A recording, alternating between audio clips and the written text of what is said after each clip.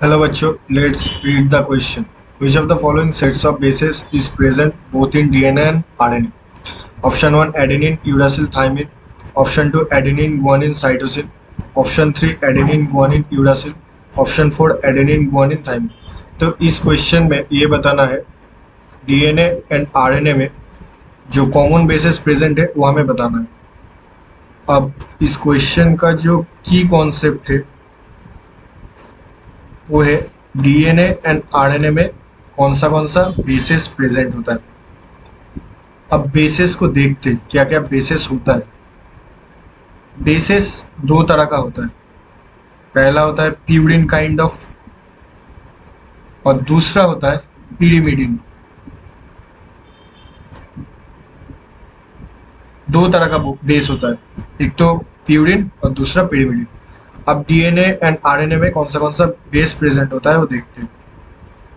DNA, अगर DNA की बात करें तो डीएनए में प्यूरिन का बेस होता है एडेनिन.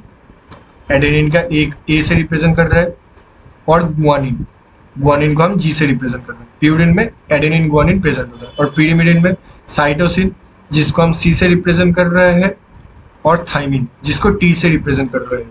तो डीएनए में चार बेसिस प्रेजेंट होता है, एडेनिन, गुआनिन, साइटोसिन, थाइमिन. अब आरएनए को देखते हैं.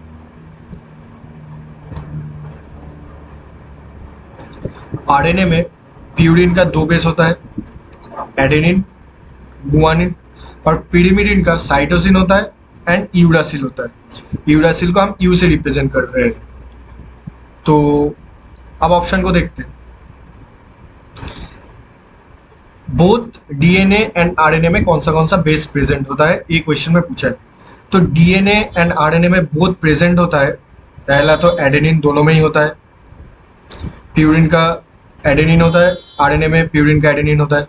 गुआनिन भी दोनों में होता है और साइटोसिन भी दोनों में होता है. लेकिन थाइमिन सिर्फ डीएनए में होता है, आरएनए में नहीं होता. एंड यूरासिल सिर्फ आरएनए में होता है, डीएनए में नहीं होता है. तो ये एडेनिन, गुआनिन, साइटोसिन